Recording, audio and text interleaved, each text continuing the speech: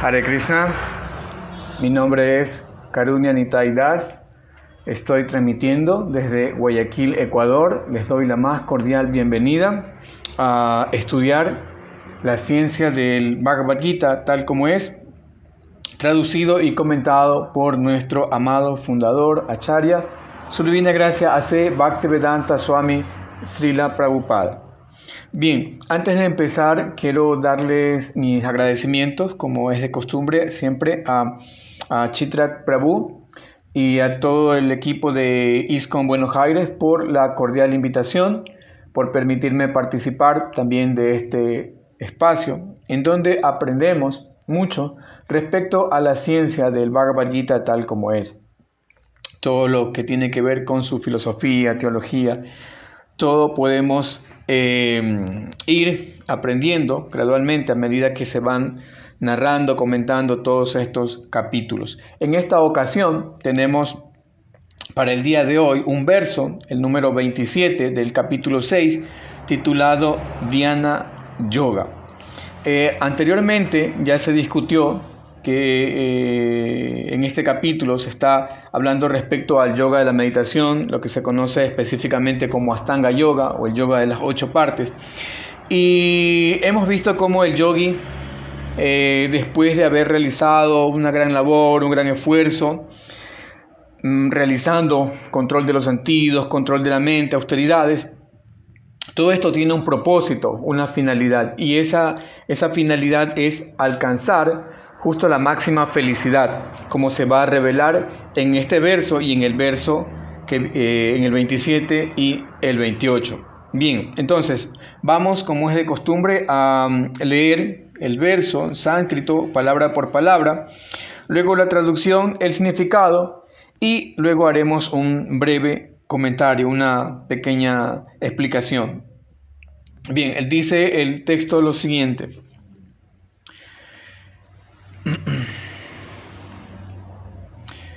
Prasanta manasam hyenam yoginam sukam utamam upaiti samtarayasam brahma bhutam akalmasam.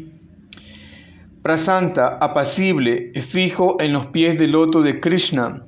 Manusam, cuya mente, hi, ciertamente, enam, yoginam, yogi, sukham, felicidad, utamam, lo máximo, upaiti, logra, santa rayasam, su pasión apaciguada, brahma bhutam, liberarse mediante la identificación con el absoluto, akalmasam, libre de toda reacción pecaminosa pasada.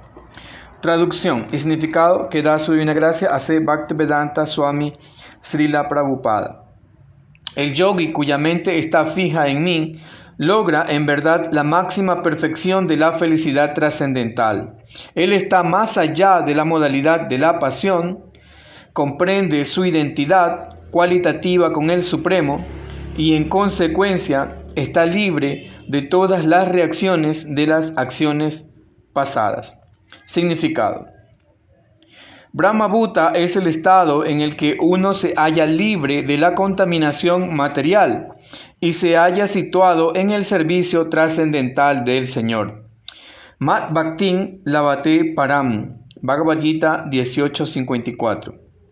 Uno no puede mantener la calidad del Brahman, el absoluto, hasta que tenga la mente fija en los pies del loto del Señor. Sabai Manasa Krishna Padarabindaya.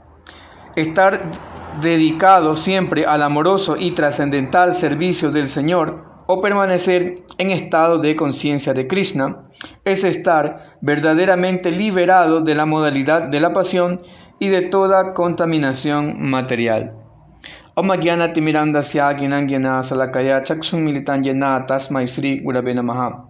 Yo nací en la más completa oscuridad de la ignorancia y mi maestro espiritual está abriendo mis ojos con la antorcha del conocimiento.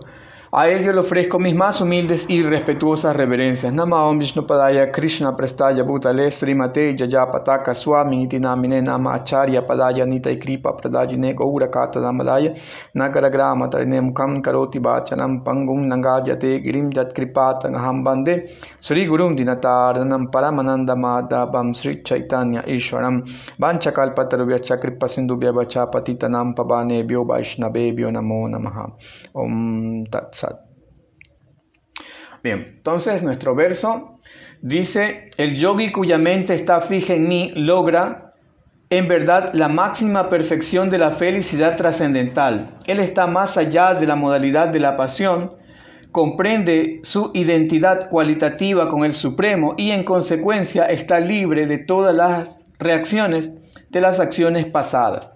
Bien, entonces en estos versos, en el 27 y 28, se va a explicar cuál es el resultado que alcanza ese yogi después de haber emprendido esa ardua tarea de controlar los sentidos, de tantas austeridades, de reglas, regulaciones. Finalmente alcanza algo que aquí se está explicando que es la felicidad. Es una felicidad que se la cataloga aquí como Sukham Uttamam. La palabra Sukha significa felicidad, Uttamam, Uta significa lo más elevado, lo máximo. Entonces es una felicidad que el yogi alcanza después de haber emprendido todas esas labores, esas tareas, esos ejercicios, principios, reglas de control de los sentidos, de austeridad, de penitencia. Finalmente el yogi alcanza esa felicidad. Pero en realidad esto no es algo, esto de alcanzar la felicidad no es una cosa que simplemente está reservada para las personas en el plano espiritual. De hecho, generalmente las personas piensan que la vida espiritual es una vida de sufrimientos, que en la vida espiritual no hay ningún tipo de felicidad y por eso es que no se sienten atraídas por ningún tipo de práctica o austeridad, porque piensan que es algo muy aburrido, muy tedioso, un camino de mucha austeridad, mucha penitencia, mucho sufrimiento. Pero en realidad en este mundo todos, absolutamente todas las personas están buscando felicidad. Todos los seres, no solamente las personas, todas las entidades vivientes de una u otra manera están buscando esa felicidad. En la medida en que nosotros tenemos nuestros sentidos desarrollados, porque justamente es con los sentidos que nosotros experimentamos esa felicidad. Todos los seres que tienen ya sea 1, 2, 3, 4 o 5 sentidos están experimentando algún tipo de felicidad. Entonces, en la medida en la que tenemos desarrollados esos sentidos, todos los sentidos, en esa medida vamos a percibir más intensamente ya sea la felicidad o la aflicción. Por ejemplo, una roca, una piedra que no tiene ningún sentido, obviamente no puede experimentar ninguna situación de felicidad o de sufrimiento. Por ejemplo, las plantas, como los árboles, tienen algo de sentido, algo de percepción, y ellos tienen la capacidad de sentir sed, buscar luz, pero esa es toda su felicidad, ¿no? Por ejemplo, a veces vemos árboles que están en medio se puede decir que están soportando sol, soportando a veces lluvia, nieve y tantas condiciones adversas, pero ellos no pueden experimentar más o tanta felicidad más que simplemente estar allí de pie, y sin embargo para ellos puede ser algo de felicidad. Para un ser humano estar de pie por tantas horas, tantos días sería imposible y no experimentaríamos felicidad. Por ejemplo, hay animales que poseen un sentido, 2 sentidos, 3 sentidos y en esa medida van experimentando algún tipo de felicidad. Entonces vemos que la felicidad se encuentra en diferentes niveles. En la medida en la que tenemos los sentidos desarrollados, en esa medida vamos a experimentar diferentes grados o niveles de felicidad. La pregunta es, ¿cuál es esa máxima felicidad? Anteriormente en este Bhagavad Gita, en el texto 21-22, ya se explicó que existe una felicidad también, así como se dice acá, existe una felicidad que es muy elevada y que es lo que el yogi encuentra como algo supremo, como algo superior, como que no hay nada más elevado que eso. Allí en ese verso se dice Sukan Tiantikan Yatat Buddhi Grahian Atindriyan. Indriya significa sentidos. Entonces allí se dice que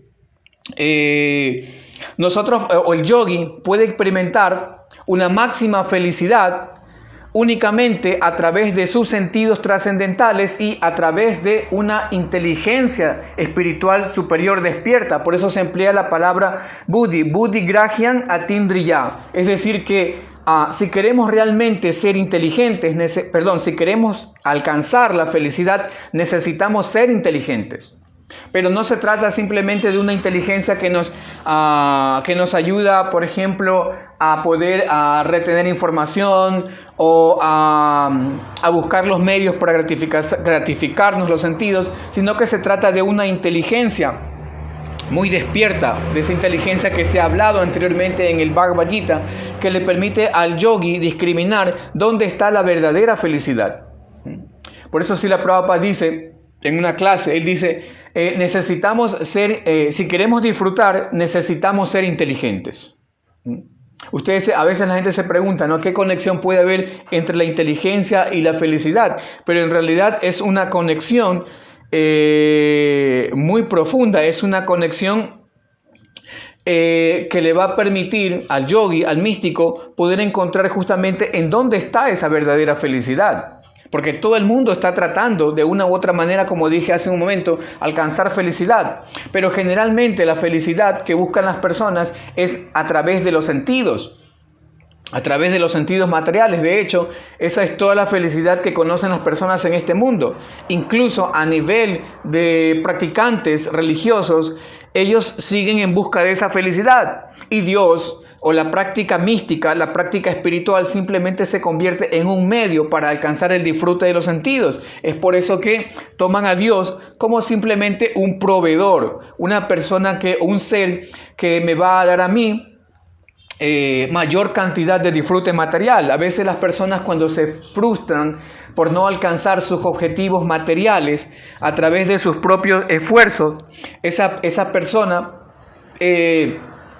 como no puede alcanzar algún tipo de gratificación de los sentidos por sus propios esfuerzos, entonces busca un medio superior, un mecanismo superior para que le dé esa gratificación de los sentidos. Y es por eso que las personas acuden, dependiendo del tipo de doctrina que sigan, acuden a poderes superiores, ya sean los devas, los semidioses, dioses o al mismo Dios. Lo buscan únicamente para que traiga, para que provea todo lo necesario. Si bien es cierto, Dios es el dador de todas las cosas, pues es un nivel muy precario ese en el que las personas buscan a Dios, buscan poderes superiores únicamente para tener gratificación de los sentidos.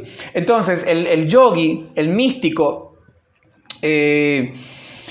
no está buscando alcanzar la felicidad a través de la gratificación de los sentidos, porque entiende que, y gracias al análisis, a la discriminación, a emplear, ¿no?, su inteligencia, su buddhi, analiza cómo es el proceso de la gratificación de los sentidos. ¿Cuánto placer puedo yo obtener en esa labor? ¿Por cuánto tiempo me puede durar tal o cual placer? Es por esto que anteriormente, en el capítulo 5, en el texto 22, allí se dijo, Krishna le dijo a Arjuna, Yehi Samparshaya Boga Dukkha Danaye Bate Adi Antavanta Kauntayana Teshu Ramate Buddha. Yehi Samparshaya Boga. Samparsa significa la gratificación de los sentidos. Yehi Samparshaya Boga, el disfrute del Boga. Dukkha Danaye Evate, la gratificación de los sentidos. La persona, el Buda, el inteligente, entiende que todos los placeres que se derivan de la gratificación de los sentidos, de la puesta en marcha de este ejercicio, ¿no?, dual entre los sentidos y los objetos de los sentidos, únicamente se derivan en sufrimiento. Yehi Samparsa Yaboga Duka Adonai Ebate Adi Antabanta Kaunteya Nateshu Ramate Budaha. La gratificación de los sentidos, como dice el verso, Adi Anta, tiene un principio y un final.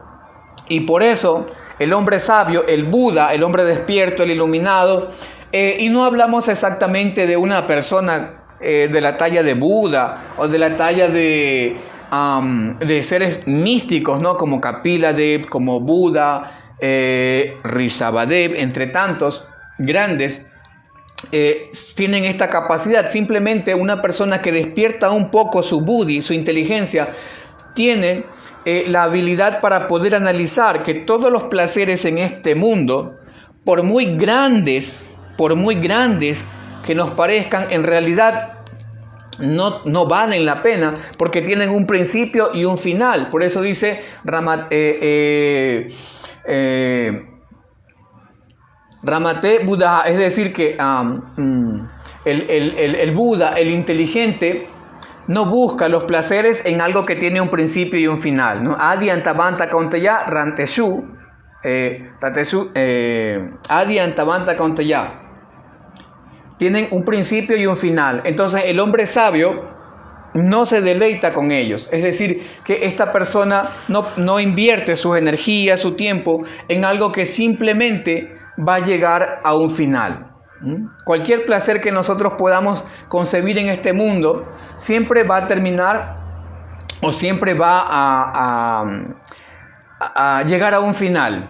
Y lo que es peor, hay un elemento concomitante en esta búsqueda frenética por la gratificación de los sentidos, es que finalmente obtenemos solamente sufrimiento. Ese es el factor concomitante cuando nosotros tratamos de buscar gratificación de los sentidos. Siempre. Esa es la naturaleza de los placeres en este mundo, ¿no? Siempre tienen como un aderezo constante el sufrimiento. Y por eso que a nosotros podemos discriminar, gracias a la inteligencia,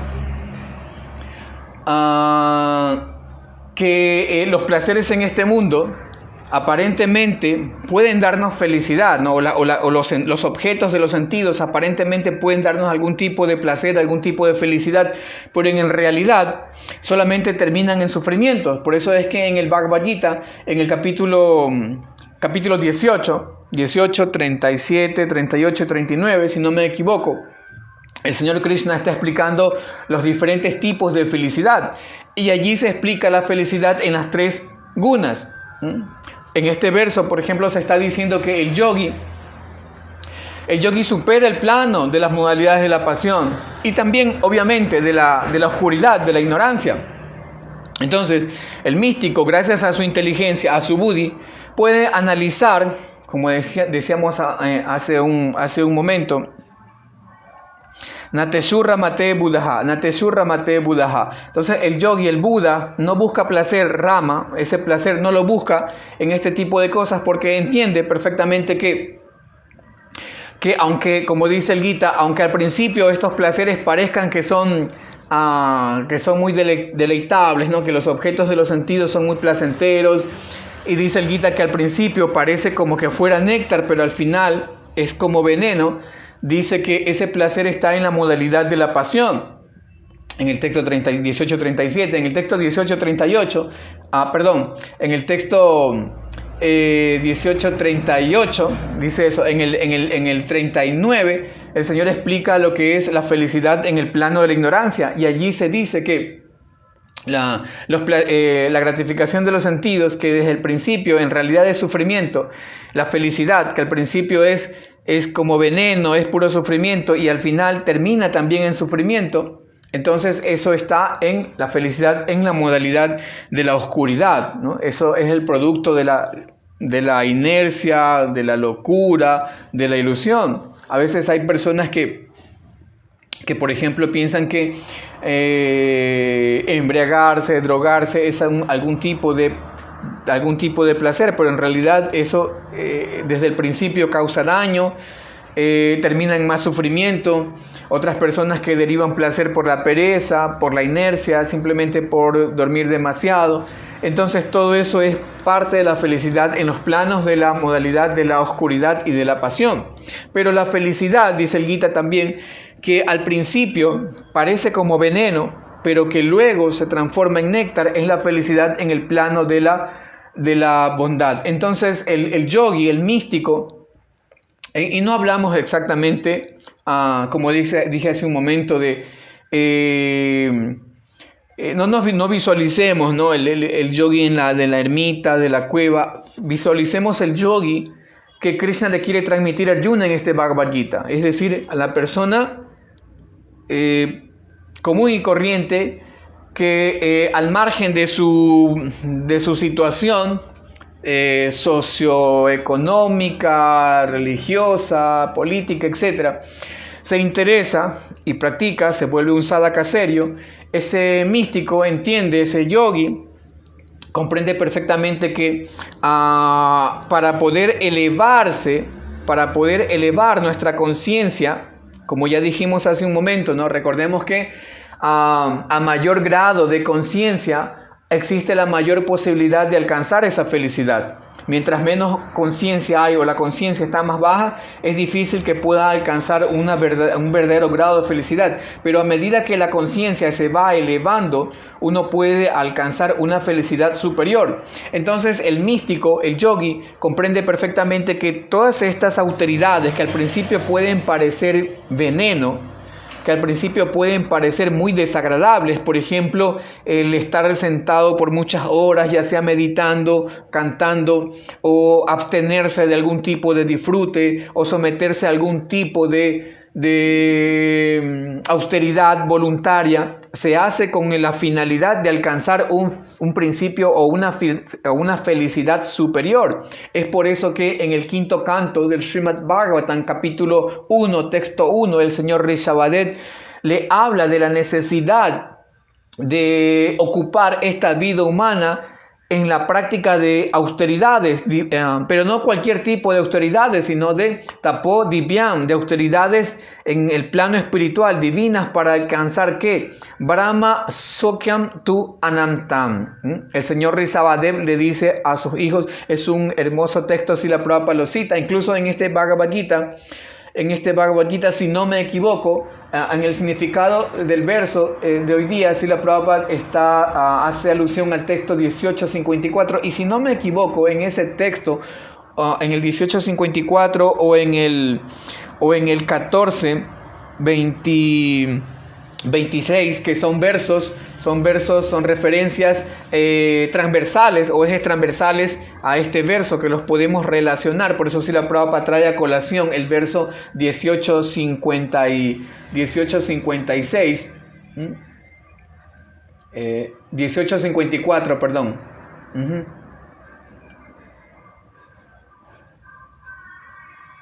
1854, correcto, son referencias transversales a este verso. Entonces, allí, no recuerdo si es en ese, podemos revisarlo, podemos buscarlo en 1854 o en el 1426, en donde Srila Prabhupada cita dos textos, y uno de esos es esta referencia del Bhagavatam, del quinto canto, capítulo 1, texto 1, en donde el señor Rishabhadev le dice a sus hijos, Nayan dejo deja vayan niloke kastan kaman arjate bit bujanye tapo divyam putraka yena satwan sudhet jasman brahma sokyam tu anantam. Entonces es un verso muy bonito, en donde el señor Rishabhadev le dice a sus hijos que esta forma de vida humana no se debe emplear únicamente para la búsqueda frenética de la gratificación de los sentidos, sino que una gratificación de los sentidos, dice el señor Rishabhadev, que se encuentra incluso disponible al nivel de los coprófagos, los bitbujan. Bit significa un cerdo, un coprófago. Entonces, Nayan dejó deja vayan lo que kastan kaman arjate bitbujanye. Le dice a sus hijos, por favor, no utilicen esta forma humana simplemente para buscar placeres que están disponibles al nivel de los cerdos. Es mejor tapo divyam putraka, es decir, es mejor, mis queridos hijos, que se ocupen en austeridades divinas, Tapodivyam putraka yena satvam sudhet yasmam brahma sokyam tu anantam. Una austeridad divina que nos va a dar la oportunidad de experimentar un Brahma Sukha. Recuerden que aquí también se emplea esta palabra, y en realidad Sukha, la palabra Sukha se emplea en varios versos, porque como dije, y esa es una de las cosas que debemos llevarnos a casa, ¿no? Debajo del brazo, ¿no? De las cosas que derivamos de este verso, es que el yogi sí alcanza esa felicidad. El yogi es realmente la persona que disfruta en este mundo, y no aquel que simplemente está tratando de exprimir, o como dice Srila Prabhupada, masticar y masticar lo que ya se ha masticado anteriormente, ¿no? Puna punas charvita charvananam.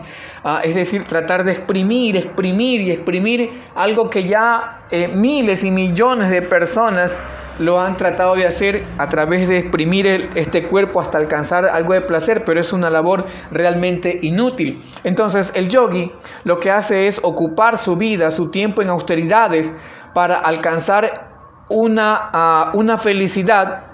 Al principio habíamos planteado la pregunta, ¿no? ¿Y cuál de todas esas es el nivel más elevado de felicidad? Aquí se dice Brahma Sokyam tu Anantam, es decir, que la felicidad más elevada es la felicidad que procede de Brahman, y es una palabra que también se está empleando en el verso que estamos estudiando hoy día.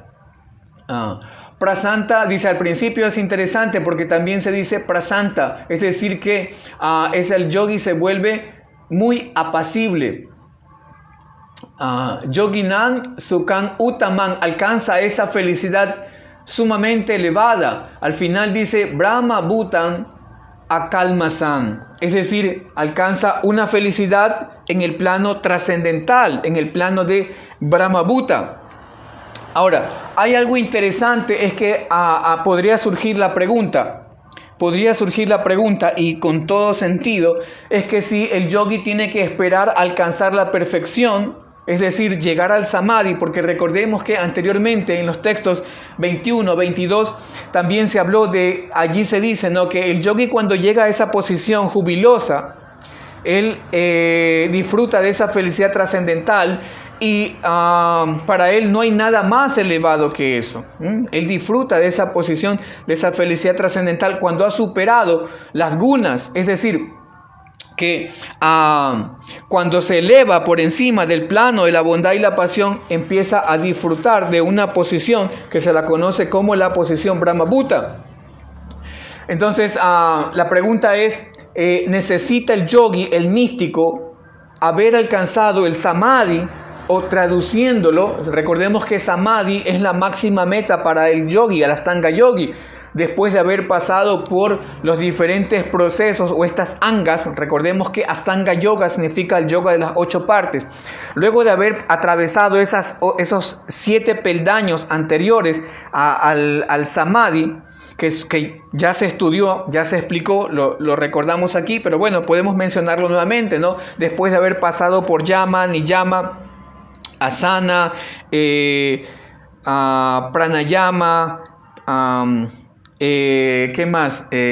Pratyahara, ¿qué más? Dhyana, dharana. Finalmente el yogi llega hasta samadhi.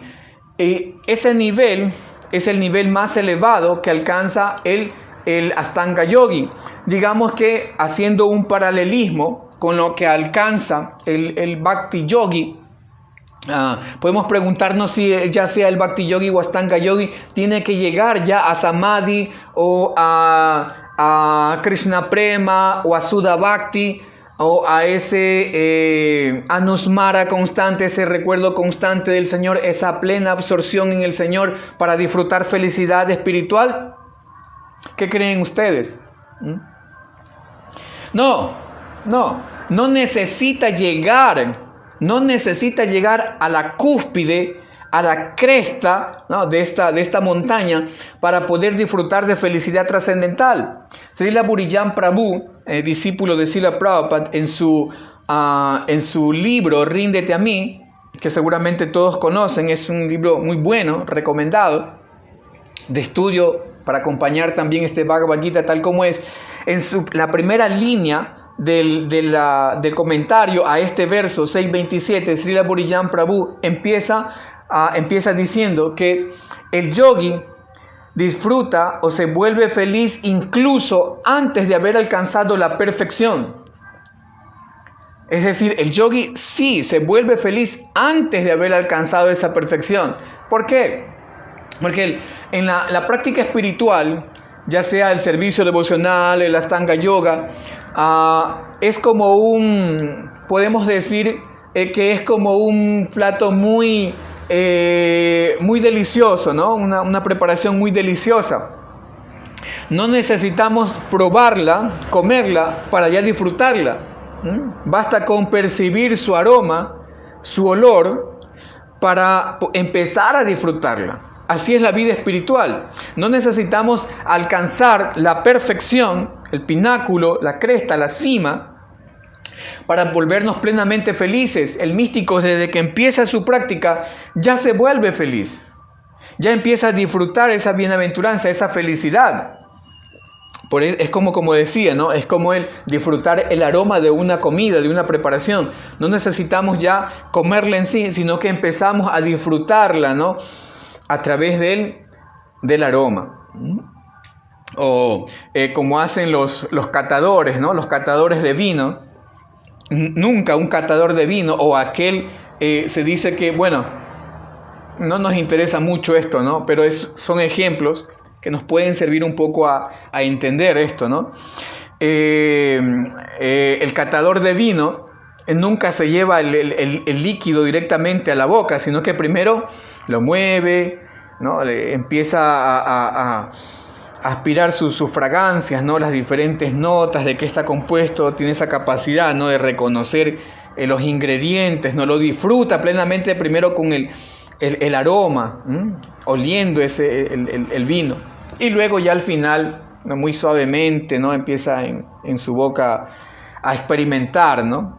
Entonces el místico también, no necesita alcanzar ya la perfección para poder disfrutarlo, poder disfrutar de esta bienaventuranza trascendental. ¿Por qué?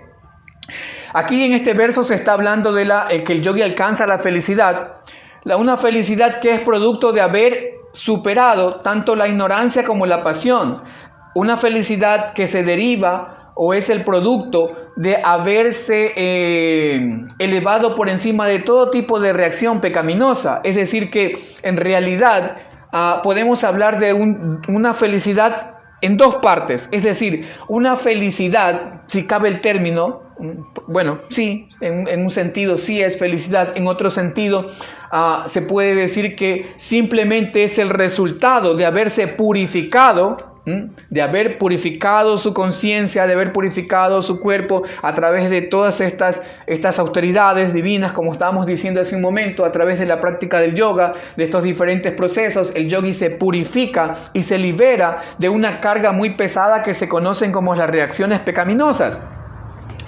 ¿Qué es lo que a las personas las hace sufrir en este mundo? Las reacciones pecaminosas.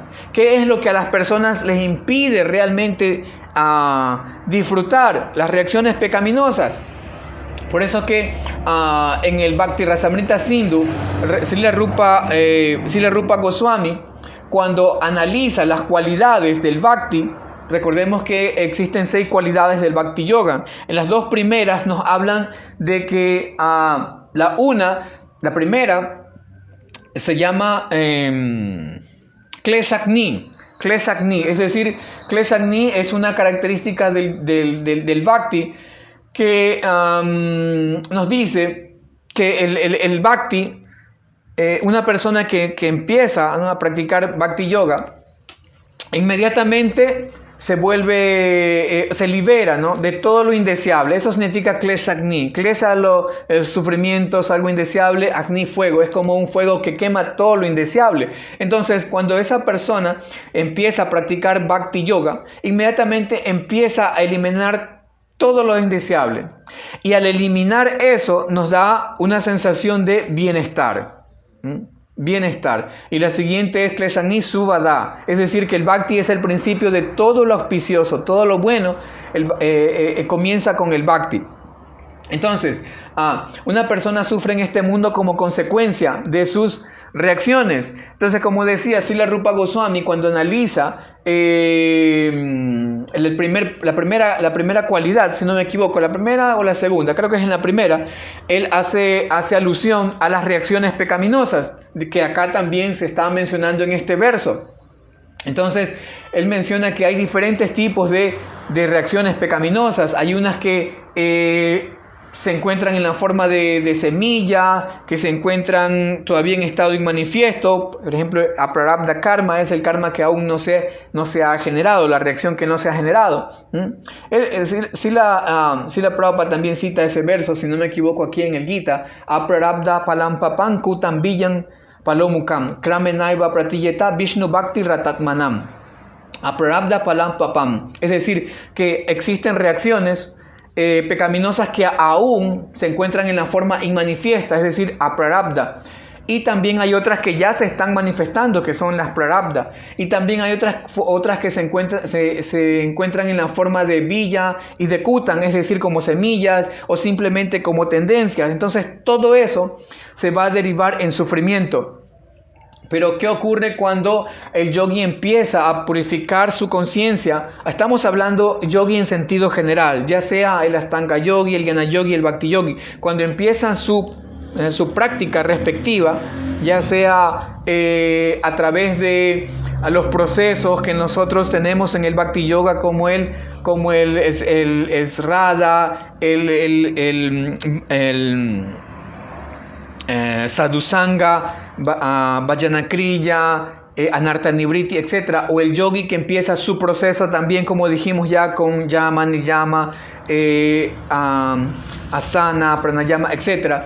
El yogi en general, cuando empieza su proceso, comienza a liberarse de las reacciones pecaminosas. Todo eso empieza a desvanecerse. Entonces el yogi se establece en una posición pura, que se la conoce como Brahma Bhuta. Es decir, la posición Brahma Bhuta es la posición que se alcanza cuando una persona se libera de las reacciones pecaminosas, productos de porque todas estas reacciones pecaminosas son el resultado de haber actuado en vidas pasadas en los planos de la modalidad de la ignorancia y de la pasión.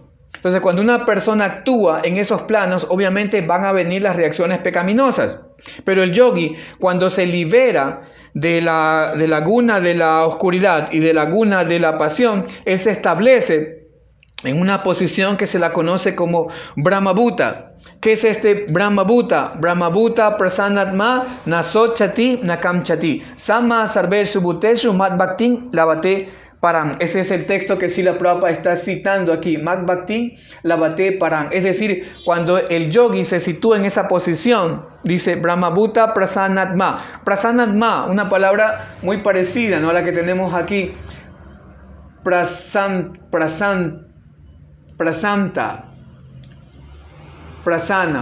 apacible.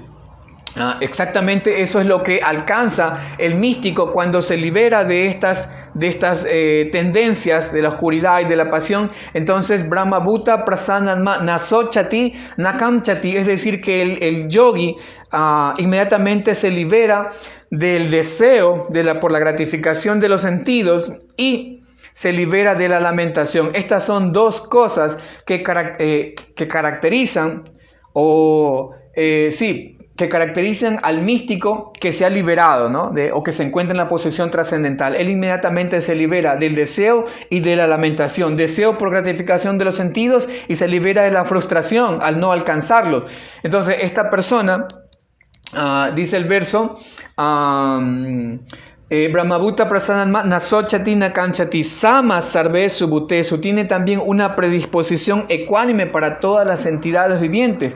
Dice entonces el verso: en ese estado esta persona puede ocuparse en servicio devocional puro. Es decir, la plataforma Brahma Bhuta, que significa, en otras palabras, plena identificación con Brahman, volverse uno con el Supremo.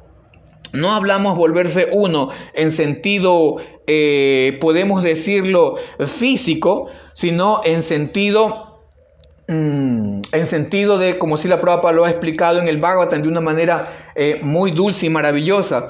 Cuando el yogi se ocupa, o el místico se ocupa plenamente en complacer a Krishna, se vuelve uno con Krishna, porque son uno en intención, uno en propósito, y esa unión o esa aparente fusión entre el sirviente y el servido, esa aparente fusión, unión, es superior a la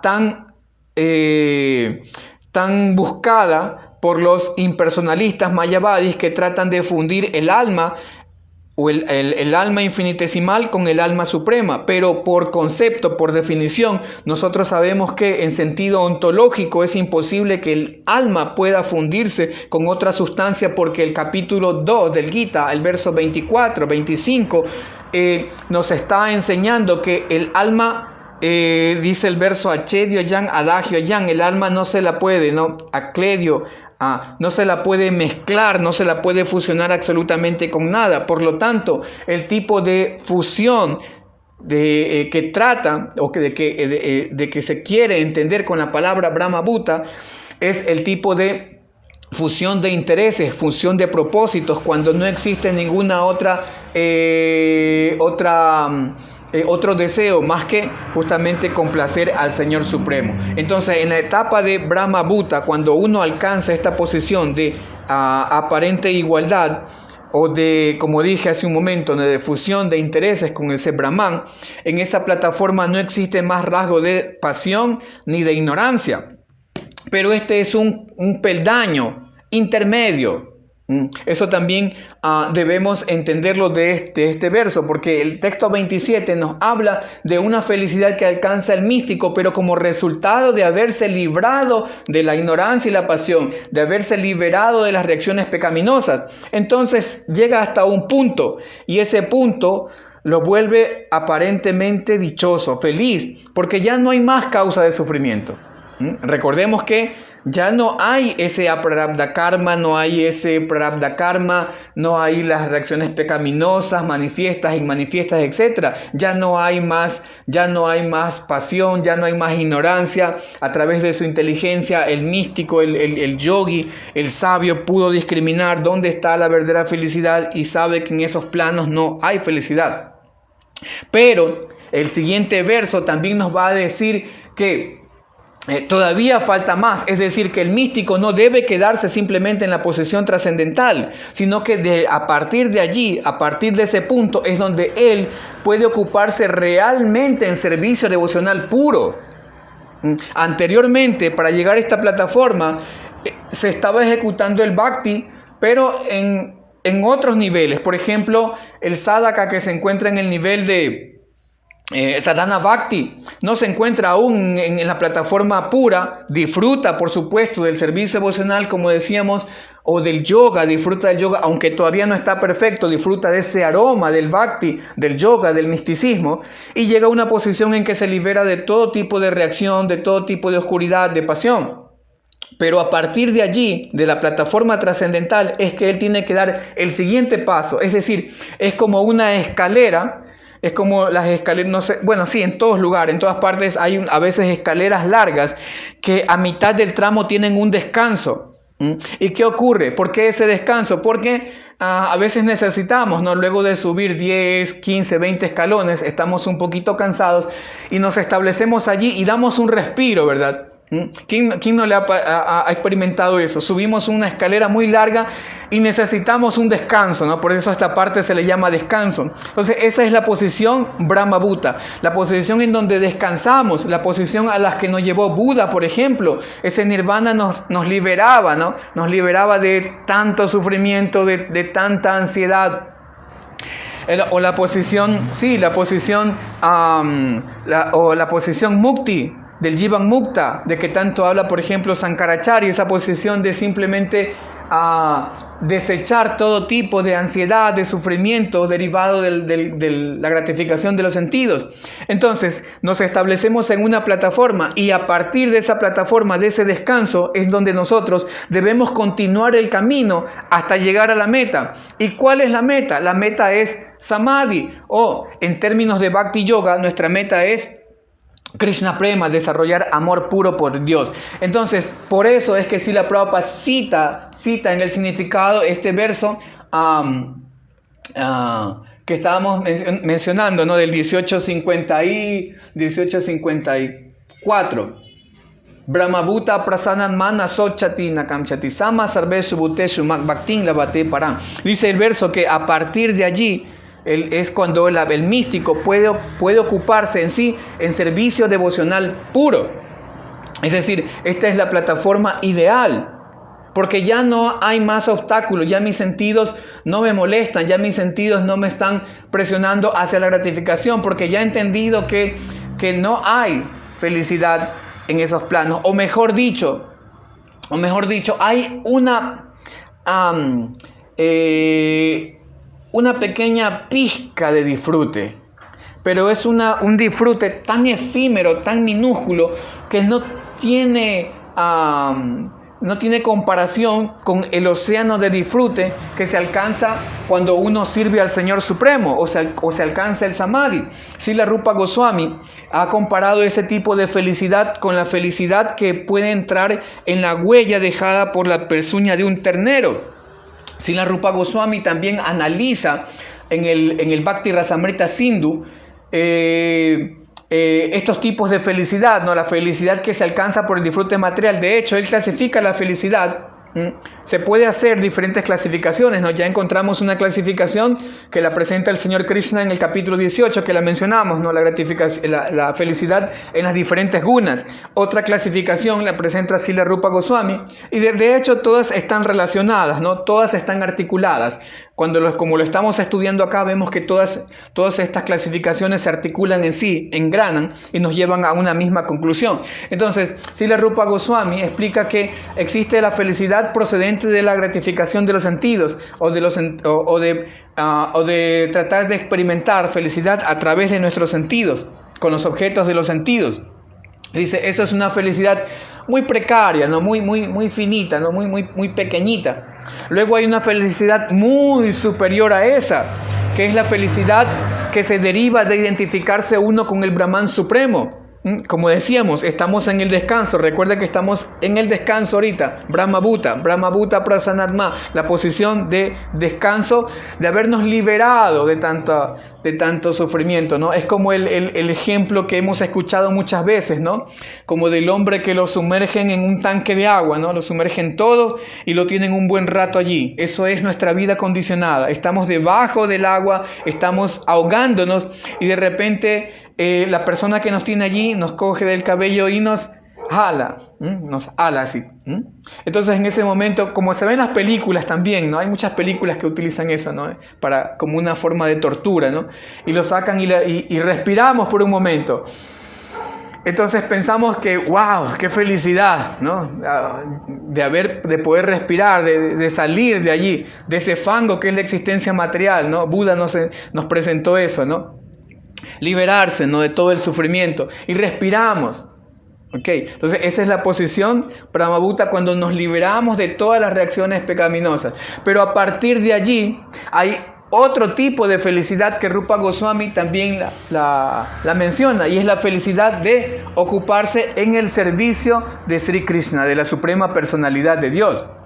Entonces, ahora, no significa que independientemente o vamos a buscar llegar a esa plataforma de Brahmabhuta en otro proceso, ya sea Astanga Yoga o a través del nihilismo, del budismo, del impersonalismo. Vamos primero a matricularnos en esa escuela, ¿no? En esa sampradaya, para luego, bueno, yo ya estoy en Brahmabhuta, ahora sí voy a practicar servicio devocional. No, ¿por qué? Porque el servicio devocional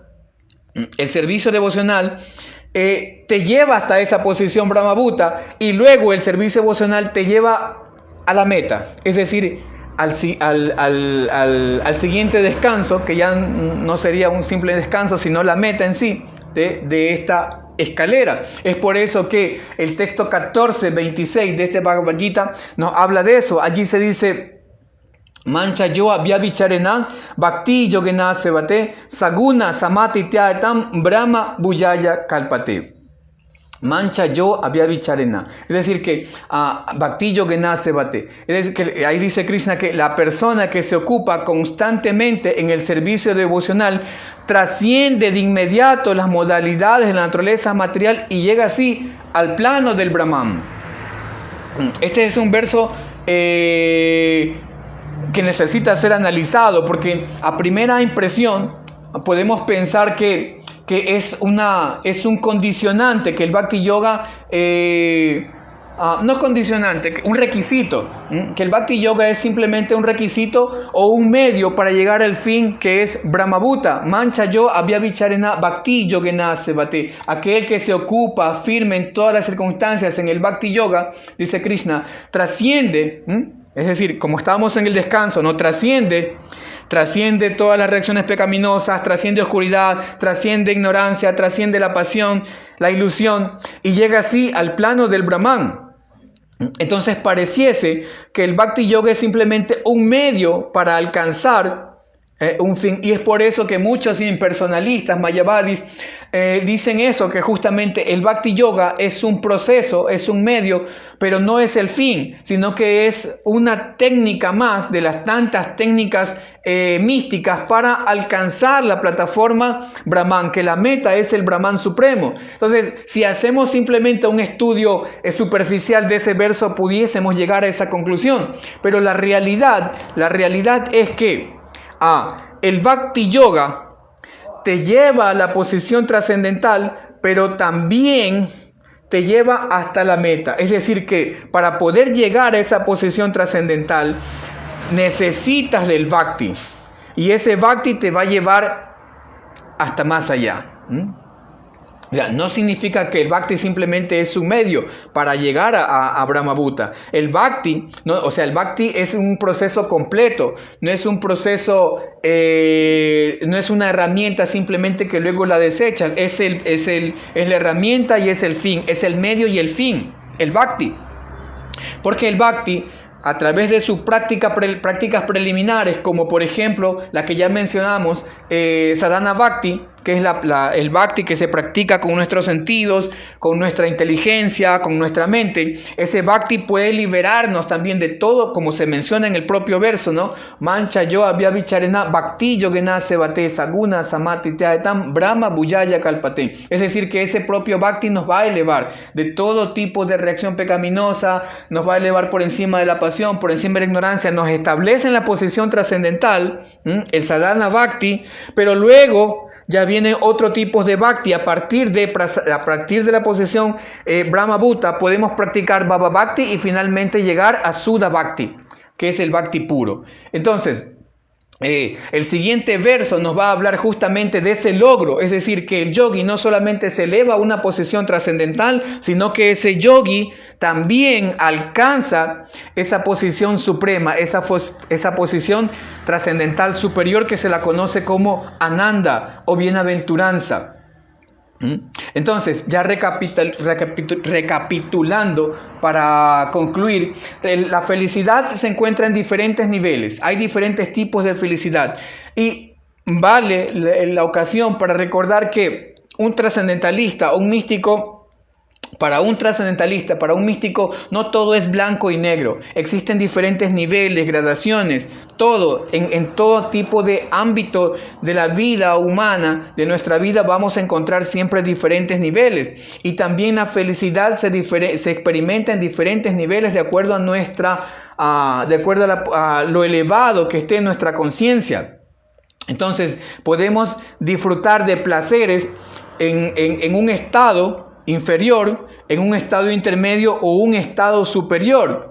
En el Bhagavad Gita, en el capítulo 13, texto 5, Srila Prabhupada menciona diferentes niveles de existencia, diferentes niveles de conciencia, conocidos por ejemplo como Ananda Maya, Pranamaya, Jnana Maya, Vijnana Maya y finalmente Ananda Maya. Es como una pirámide, ¿no? Es una pirámide en donde la gran mayoría de las personas son la base de esta pirámide, quienes se encuentran en el plano del Anamaya, es decir, aquellas personas que únicamente experimentan placer a través de sus sentidos materiales, principalmente a través de comer. Recordemos que en sánscrito la palabra ana significa alimento o granos. Entonces, así como el pan, ¿no? En la teología cristiana, el pan grafica, ¿no? O ilustra o engloba todo lo que es el alimento, ¿no? Entonces, ana, ese alimento, esos granos. Hay muchas personas que simplemente viven la vida para comer. Entonces se encuentran en el plano del Anamaya. Su felicidad simplemente es comer. Otras se encuentran en Pranamaya, un nivel en la pirámide, un nivel superior, ¿no? Por encima de Anamaya está Pranamaya, es decir, las personas que valoran la vida. Son esas personas que son altruistas, que se esfuerzan, ¿no? Abogan por el bienestar del planeta, les gusta, ¿no? La vida sana, vida natural, etc. Están en un nivel superior, ya simplemente no es este mundo, no es solo comer y dormir y aparearse, defenderse, sino que hay cosas más, ¿no? Hay cosas más bonitas, ¿no? Respetar la vida, etc. Pranamaya. Luego viene el plano de Jnana Maya, las personas que están indagando, las personas que encuentran placer también en la indagación, en esa búsqueda. Su felicidad no es solamente comer, no es solamente valorar la vida, sino que su felicidad también se deriva del conocimiento. Luego viene el siguiente, y a medida que la pirámide, vemos que la pirámide se va encogiendo, ¿no? Esa es la característica de la pirámide, ¿no? Mientras más se eleva, más se va reduciendo. Entonces eso significa también que asimismo aquellos que se encuentran en esos niveles, pues cada vez son menos. Entonces en Vijnana Maya la persona ya disfruta de sabiduría, es una persona que se siente muy bien. Y vemos que todos esos planos encajan, ¿no? Con lo que estamos mencionando acá, de elevarse por encima de la gratificación de los sentidos hasta llegar al plano del Brahmabhuta y luego continuar hasta el plano de Ananda, la bienaventuranza trascendental absoluta. Entonces en Vijnana Maya las personas disfrutan ya de la sabiduría, ¿no? De estudiar las escrituras y son felices. Y también nosotros podemos decir que somos muy felices cuando estudiamos las escrituras. Pero finalmente, por encima de todo eso, por encima del sabio que disfruta, ¿no? de las escrituras, de la Biblia, del Gita, del Corán, etc., está aquel que ya se encuentra o que ya ha restablecido su plena relación con Krishna y se encuentra en el plano de Ananda Maya, como dice el Vedanta Sutra, Ananda Maya Vyasat, ¿no? Se ha restablecido esa dicha trascendental, esa bienaventuranza trascendental al haber alcanzado ya sea el Samadhi o Krishna Prema, servicio devocional puro al Señor, amor puro por Dios. Entonces, el místico, para concluir, no se satisface ni siquiera en el plano del Brahmabhuta. El místico quiere continuar. Por eso Srila Prabhupada dijo, la verdadera plataforma para practicar Bhakti es la plataforma de Brahmabhuta, porque ahí ya no hay más molestia de los sentidos, de ignorancia, reacciones, y estamos libres, nuestros sentidos están libres de todo eso para ocuparnos plenamente en el servicio devocional del Supremo. Entonces esa es la dicha, la felicidad a la que busca el místico, el yogi. Bien, vamos dice aquí, hay comentarios, dice el último, dice Ananda Maya, sí, Gopi Gandharvika, Ananda Maya, correcto, Ananda Maya, Ananda Maya. Ananda significa bienaventuranza trascendental, ¿no? Ananda Maya Vyasat, como dice el Vedanta, por constitución yo soy, Maya, yo soy, ¿no? Esa Ananda, o el Supremo también, ¿no? Es esa Ananda. Ananda Maya Vyasat. Bien, entonces vamos a dejarlo aquí. Hemos analizado, gracias a este verso, que el yogi, el místico, después de haberse ocupado en tantas austeridades, tantas penitencias, tantos aparentes sufrimientos, o esa tapodibhyam, alcanza primero, en este verso, liberarse de todas las reacciones pecaminosas, liberarse de la oscuridad, la pasión, etc. Y llega a un plano de Brahma Bhuta o Brahma Nirvana, como también se le dice. Y el siguiente verso, que ya se va a ver, pues se habla de que el yogi alcanza también más allá, ¿no? Avanza en esta escalera luego del descanso, de respirar, sigue su trayectoria, ahora sí, ya en un nivel más avanzado, hasta llegar a pleno samadhi o al servicio devocional puro. Bien, ok, vamos a dejarlo hasta allí. Muchas gracias. Todas las glorias a Srila Prabhupada aquí. Bien, vamos a ver si hay alguna pregunta en la caja de preguntas aquí. Dice primero Edgardo Claro, dice Bhakti. Sí, Bhakti, Hare Krishna. Dice Edgardo Claro, Haribol, Hare Krishna, Eva Shiva Jiménez, Hare Krishna, Visamrita Das, Haribol, Vaishnava, reverencias, Prabhu Vishamitra. Raya Ramdas, Hare Krishna, mis reverencias, Prabhu, todas las glorias de la Prabhupada. Qué inspiración escucharlo. Muchas gracias. Muchas gracias, Raya Ram Prabhu, reverencias. Dice, disculpen, mi visión es sumamente limitada y tengo que hacer un poco de esfuerzo para los nombres. Disculpen si no pronuncio bien. Sangi Devidasi o Krisangi Devidasi, Hare Krishna, Argentina. Hare Krishna, reverencias. Hay otra pregunta aquí, dice de Gopi Gandharvika de Ecuador. Dice Hare Krishna, ¿cómo es posible entonces que se diga que en esta misma vida uno puede regresar a casa si el proceso es tan largo hasta llegar a Brahma Bhuta y realizar todo lo demás? Nos puede llevar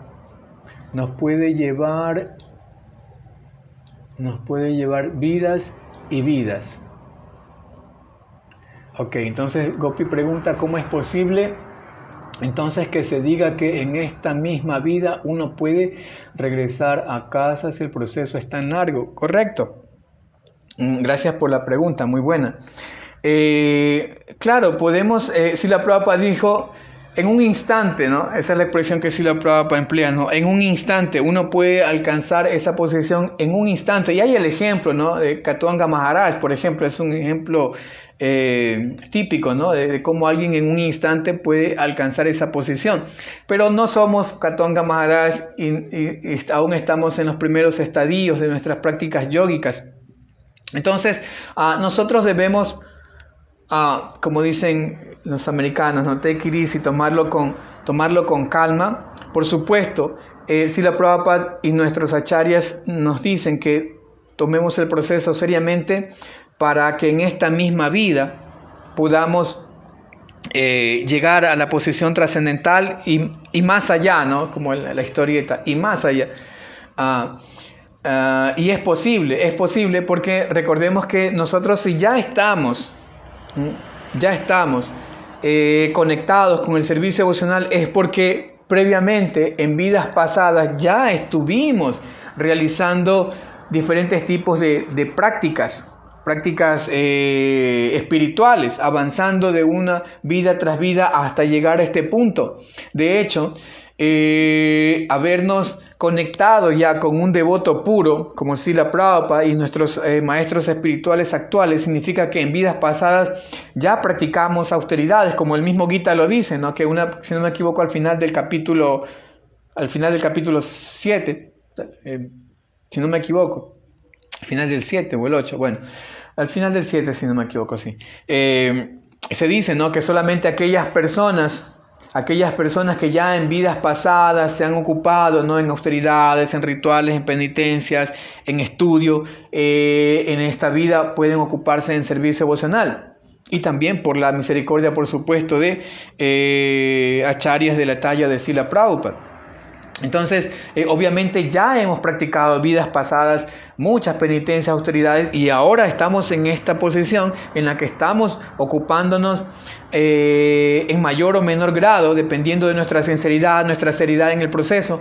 Nos seguimos ocupando en en esa práctica para poder alcanzar finalmente la posesión trascendental y los pies del loto del Supremo. Y va a depender de nuestra sinceridad, nuestra honestidad, pero también debemos ser muy honestos, sinceros y conscientes de que esto es un proceso, como dice Gopi Gandharvika, es un proceso largo. Podemos hacerlo corto, podemos en esta misma vida llegar a ese punto, pero también no debemos fanatizarnos, porque podemos incluso llegar a un punto a deteriorar o a lastimar nuestra salud emocional y nuestra salud espiritual, al ver que tal vez no podemos continuar tan rápido como quisiéramos o no avanzamos tanto como quisiéramos. Entonces, eso es como a veces, en términos materiales, a veces las personas se frustran porque no pudieron lograr alguna meta, porque no pudieron graduarse, porque no pudieron culminar una carrera, porque no pudieron comprar el coche que querían, porque no pudieron comprar la casa de sus sueños, etc. O porque su vida material se vio arruinada. Entonces las personas se decepcionan, se deprimen y finalmente a veces desertan de una práctica o de una actividad, de una ocupación. Entonces en la vida espiritual nosotros tenemos que ser siempre lo que Srila Rupa Goswami nuevamente nos recomienda en el Upadesa ser muy entusiastas, ¿no? Utsaha Nishchayai Dhairya Tata Kalma Pravartana. Tenemos que ser muy entusiastas, determinados, esforzarnos con confianza, ser pacientes. Entonces, tal vez en esta vida no alcanzamos completamente, ¿no?, los pies del loto del Supremo, no hay que desesperarse, no hay que decepcionarse, porque el Señor Krishna también dice en el Bhagavad Gita, Neha Vikramanaso Asti Pratyabhajyo Navidyate. En este esfuerzo no hay pérdida ni disminución. Entonces, debemos ser lo más serio posible, debemos esforzarnos porque sea en esta misma vida, pero recordemos que esta vida es solamente un pequeño fragmento de toda somos eternos, ¿no? Entonces este cuerpo, esta presente vida es solamente una hoja en nuestro libro de existencia, ¿no? Entonces si no alcanzamos la meta en esta vida, ya hacemos un avance espiritual con nuestras prácticas, nuestras autoridades, nuestros servicios, y en la siguiente, como dice el Gita en este mismo capítulo, no podemos ser colocados en una posición en la que podamos continuar desde el siguiente peldaño nuestro camino para alcanzar esa devoción pura por Krishna. Entonces sí es un proceso largo, es un proceso que se puede reducir a una sola vida dependiendo de nuestra sinceridad, nuestra determinación. Pero si no se puede hacer en esta vida, si no alcanzamos esa meta en esta vida, no hay que frustrarse, no hay que desesperarse, no hay que rendirse, ni mucho menos apartarse del camino. Por eso decía, tanto fanatismo nos puede conducir a desertar, ¿no? Decir, no, este proceso, porque eso escuchamos muchas veces, ¿no? Hay personas que se quejan, dicen, no, este proceso es muy difícil, hay muchas cosas que hacer, hay muchas penitencias, muchos principios, muchas regulaciones, entonces yo mejor me voy. Entonces, no, tranquilo, practica con sinceridad desde tu posición, siempre con ese objetivo, siempre con ese ideal, y si no se alcanzó la meta en esta vida, en la siguiente será. No importa, en la siguiente será. No hay que desesperarse ni fanatizarse con eso, porque si llegamos a un extremo podemos deteriorar, dañar nuestra salud espiritual, y no solo espiritual, sino también nuestra salud emocional. Bien, muchas gracias, Gopi. Sí, Anandamaya, dice Gopi, arriba hay una pregunta, ya la contesté. Dice Agni Purana, dice, hermosa presentación, Prabhu, muchas gracias. Agni Purana Das, sí, también me gustan sus clases, creo que las pone aquí también, ¿no? En la página, son buenas. Muchísimas gracias por lo que entendí en su clase. Usted habló sobre el poder del Sadhana Bhakti, pero ¿qué hay sobre él? Raganuga. Muy bien, claro. Recordemos que Sadhana Bhakti se divide en dos procesos, ¿no? Se bifurca, el Sadhana Bhakti se bifurca en dos partes. Primero tenemos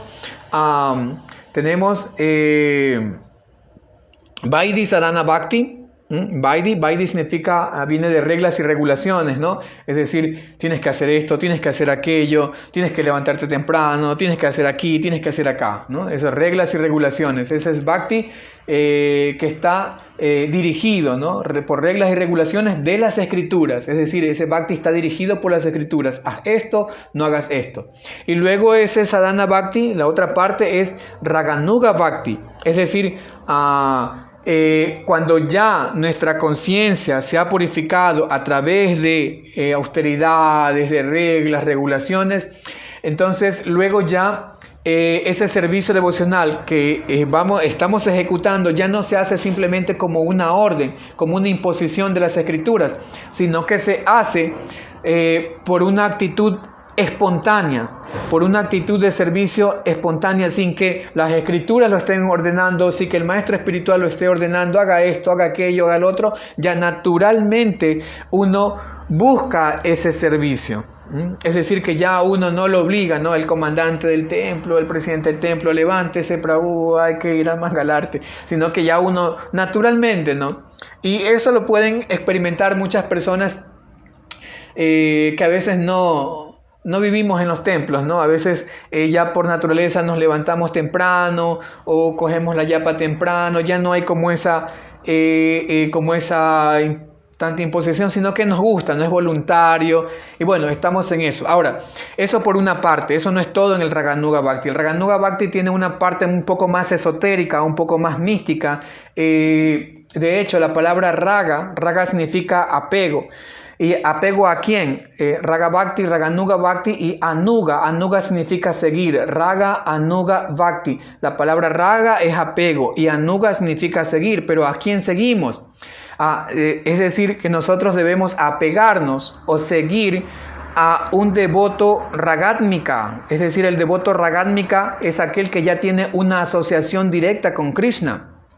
Por ejemplo, si ya estamos superando, ¿no?, los diferentes peldaños del estadios en el Bhakti y pasamos el peldaño de Anarta Nivriti, entonces cuando únicamente, y esto sí tenemos que tenerlo claro, porque muchas veces hay confusión, hay discusiones que realmente si uno estudiara las escrituras, por ejemplo, si estudiamos el Bhakti Rasamrita Sindhu o el Néctar de la Devoción, que es el comentario y la explicación del Bhakti Rasamrita Sindhu que presentó Srila Prabhupada, si uno estudia el Bhakti Rasamrita Sindhu, uno se libera de todas esas especulaciones, confrontaciones,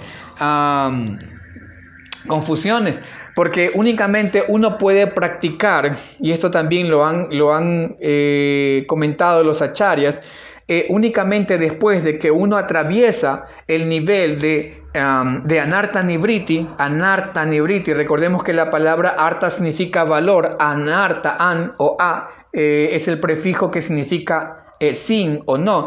Entonces, Anarta Nivriti, Nivriti es destrucción, eliminación. Cuando uno elimina cosas indeseables que no tienen valor en nuestra vida, entonces cuando ya ha eliminado, y todo eso significa, pues, ¿no?, las tendencias pecaminosas y todo eso, cosas sucias, ¿no?, que tenemos allí en el corazón guardado, todo eso se elimina. Entonces, luego de haber atravesado ese peldaño, es que uno puede ocuparse, dicen los acharyas y las escrituras, en Raganuga Bhakti. Es decir, en ese momento uno ya empieza a servir o a apegarse a un devoto ragátmica que sirva directamente a Krishna en el mundo espiritual. Por ejemplo, si es un devoto o devota que tiene una inclinación o que empieza a despertar su relación en el plano del Vatsala, del Vatsala, ¿no? Vatsala, la relación parental con Krishna, ¿no? Tenemos, Santa Ras, Dasya Ras, Vatsalya Ras. Entonces, generalmente esta persona ve a Krishna como su hijo, quiere cuidarlo, protegerlo, ¿no? Es como las personas en el ámbito del cristianismo también tienen al niño Dios y le ponen su vestidito, ¿no? Como mi mamá tiene, por ejemplo, a su niño Dios y le ponen su vestido y sus rosas y eso. Entonces las personas desarrollan una actitud, ¿no? Así con Krishna. Entonces esa persona tiene que fijarse en un Ragatmika Bhakta en el mundo espiritual, por ejemplo, como la Madre Yasoda, como Nanda Maharaj, como Vasudeva, Devaki, como las nodrizas de Krishna, etc. Entonces, empieza a seguir a esos devotos ragátmicas y uno se va apegando, va aprendiendo, va desarrollando, es como un entrenamiento. Entonces, y su servicio, el servicio que hace esa persona ya es un servicio plenamente espontáneo, ya es en otro nivel. Entonces, por supuesto que es importante en nuestra vida espiritual. De hecho, a veces también hay tantas especulaciones con esto, ¿no? Que Srila Prabhupada no nos enseñó, que Srila Prabhupada no difundió mucho de esto, y a veces hay personas que utilizan todo esto para a veces confundir a los Vaishnavas, incluso a tratar, ¿no? Ustedes entienden, ¿no? Vente para acá porque yo te voy a dar la cumbre del Bhakti y todas esas cosas, pero en realidad Srila Prabhupada dio todo está allí.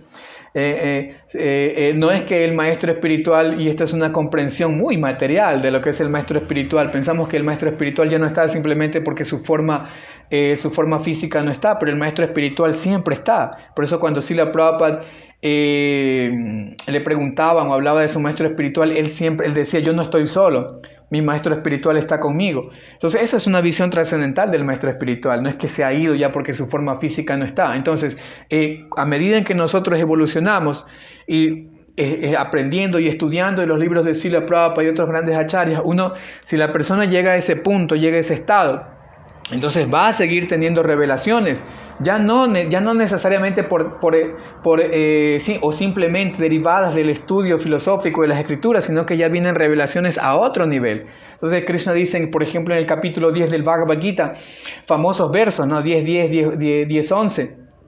Teshan satata yuktanam brayantam pritipuro akan, o también el siguiente verso, no teshan anubankartan ahan agyanayantama nasayamyan mababasto gyanadipena vashvata. Entonces él se va a revelar, Krishna va a empezar a revelarse y el maestro espiritual va a empezar a revelarse en otro nivel.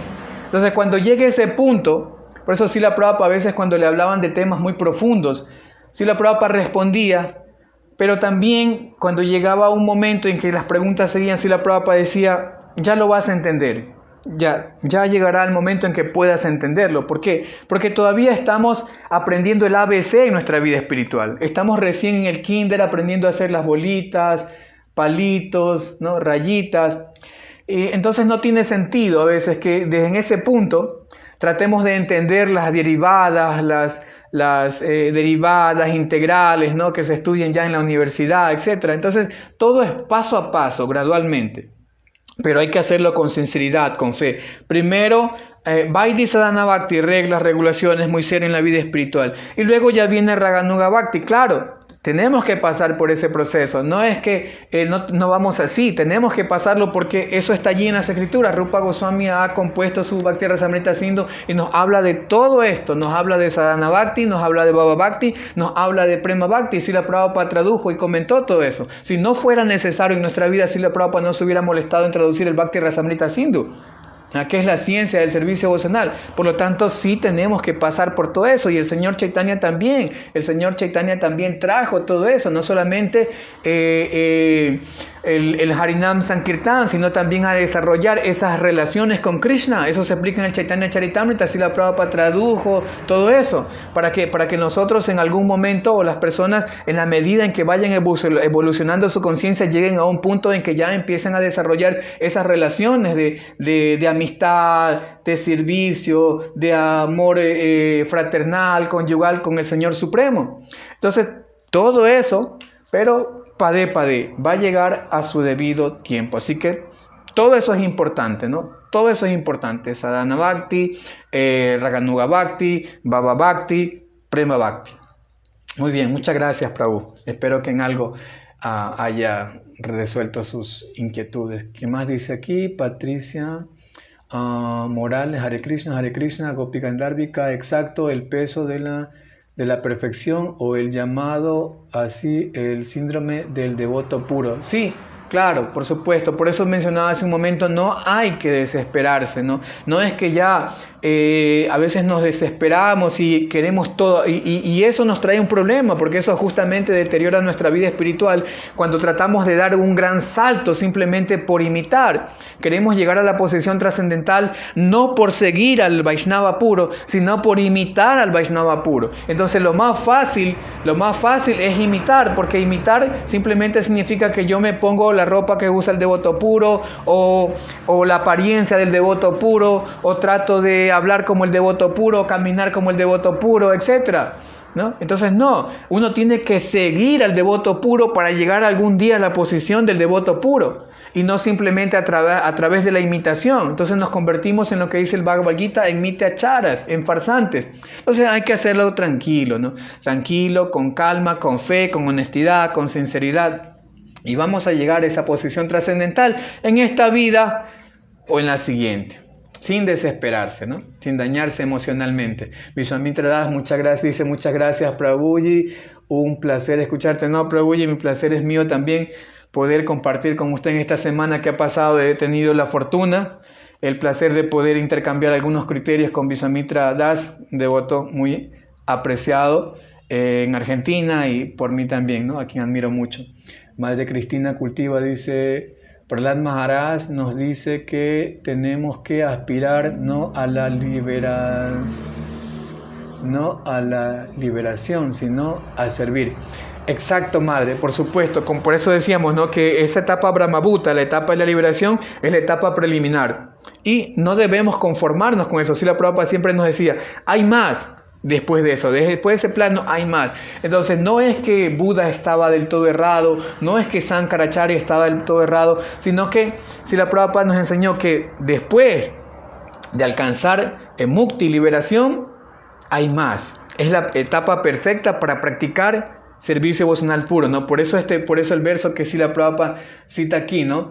El verso Brahmabhuta prasanalma nasochati nakamchati sama sarveshu bhuteshu mat bhaktin lavate paran. En esa posición, dice Krishna, se puede prestar servicio devocional puro, porque ya no hay molestias, ¿no?, de los sentidos ni nada más.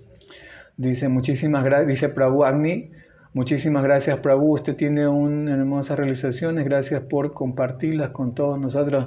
Hare Krishna, no, es simplemente por tratar de seguir, ¿no?, los pasos de nuestros maestros espirituales, de Srila Prabhupada y de todos ustedes, porque ahorita yo siempre le digo a los estudiantes, yo soy también un estudiante, ahorita estoy fungiendo como de orador, como de presentador, predicador, profesor, pero en realidad yo soy un estudiante y yo siempre en lo que más puedo, por a veces el tiempo no lo permite poder escuchar todas las clases, o las grabo, o las bajo, o las tengo allí para escucharlas luego a la noche cuando ya tenga tiempo, pero siempre estoy tratando de escuchar todas las clases que se presentan aquí en este espacio del Bhagavad Gita, de este espacio del estudio del Gita de ISKCON Buenos Aires, bueno, y también, ¿no?, en otros espacios, ¿no?, con otros devotos, porque de esa manera uno siempre está aprendiendo, ¿no? Entonces, muchas gracias a todos ustedes también por estar presente, por escuchar, por compartir, por soportar, y nuevamente reitero mi agradecimiento a Chitrak Das Prabhu, un devoto a quien admiro bastante también, un orador muy experto de la ciencia del Bhagavad Gita, y también agradezco a ISKCON Buenos Aires. Nos estaremos viendo en un próximo encuentro. Mis reverencias sinceras para todos ustedes. Hare Krishna. Todas las glorias a Srila Prabhupada.